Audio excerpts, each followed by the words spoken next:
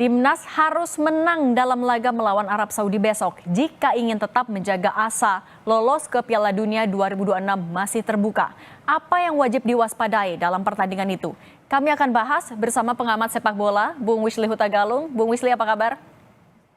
Kabar baik Mas Nidi, selamat sore. Bung Wisli, kita kan kalau lihat hitung-hitungan kayak kita mulai semakin tertekan ya, sisa 5 pertandingan lagi. Dengan Arab Saudi yang coachnya baru, Irvi Ronald, seperti apa peluang kita besok?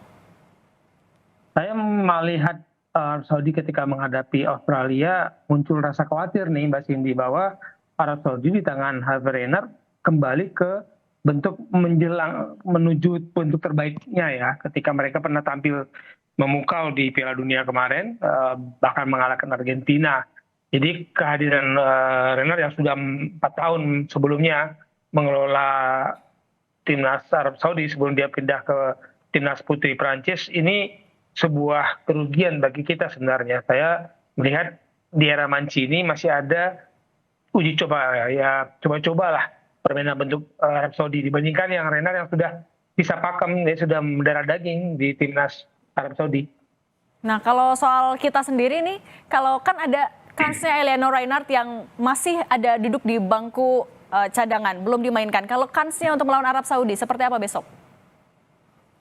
Ini yang menjadi pertanyaan kita semua ya, Mas Cindy.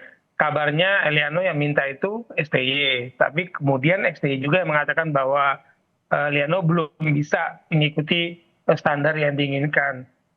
Kalau menurut saya sih, mendingan kalau memang tidak cocok dengan gaya bermain disebut tidak cocok untuk menghadapi Jepang.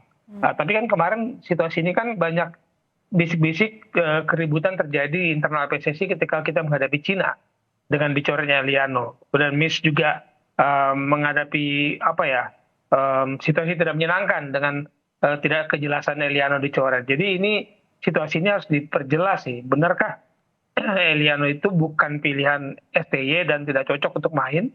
Karena tim ini tidak gantung pada satu pemain saja. Bahaya kalau kita katakan Eliano masuk kemudian semuanya beres, itu bahaya. Nah, kalau ngomongin juga soal peluang pemain, kan kalau yang kemarin saat Jepang hanya ada 2 pemain tanah air yang diturunkan. Kalau menurut Bung Wisli, peluang pemain dalam negeri akan diturunkan lebih besarkah besok? Atau justru Coach STY kayaknya bakal cari aman dengan dominasinya adalah naturalisasi? Ya, ini yang kita tidak tahu ya, kita tunggulah seperti apa strategi Sintayong. Tapi memainkan, saya tidak menyebutnya pemain dalam negeri luar negeri ya, tapi yang kita sekarang dapat ini kan ada pemain produk latihan dengan filosofi, dengan ilmu sepak bola yang berbeda dengan di dalam negeri, karena kita memanggil anak kita yang dari Eropa sana dengan berdarah Indonesia dari keturunan orang tuanya. Tapi gaya bermainnya, filosofinya, fondasi sepak bolanya kan berbeda dengan yang dibangun di kita. Jadi itu tidak bisa dengan mudah diracik karena sejak awal saya katakan sejak kita lolos kualifikasi 2 nih Mbak Cindy, kan tidak pernah ada laga uji coba untuk menyatukan, memadukan teman-teman kita yang datang dari Eropa. Lalu masa berkumpul mereka juga sangat singkat. Dan ketika berkumpul masa singkat yang itu juga tidak ada latihan pertandingan uji coba untuk memadukan mereka. Belum lagi yang kemarin kita sama-sama baca lah, isu soal komunikasi. Setiap kali ada laga ada pemain baru, itu kan butuh adaptasi karena tidak ada laga uji coba bagi mereka untuk menyatukan, membangun chemistry itu langsung ke pertandingan. Itu jadi persoalan, bukan lagi apakah berapa banyak anak yang berkompetisi dalam negeri punya kans atau tidak. Semua pilihan itu tergantung taktik pelatih, yang mana yang cocok, karakter pemain mana yang cocok untuk lawan yang akan dihadapi.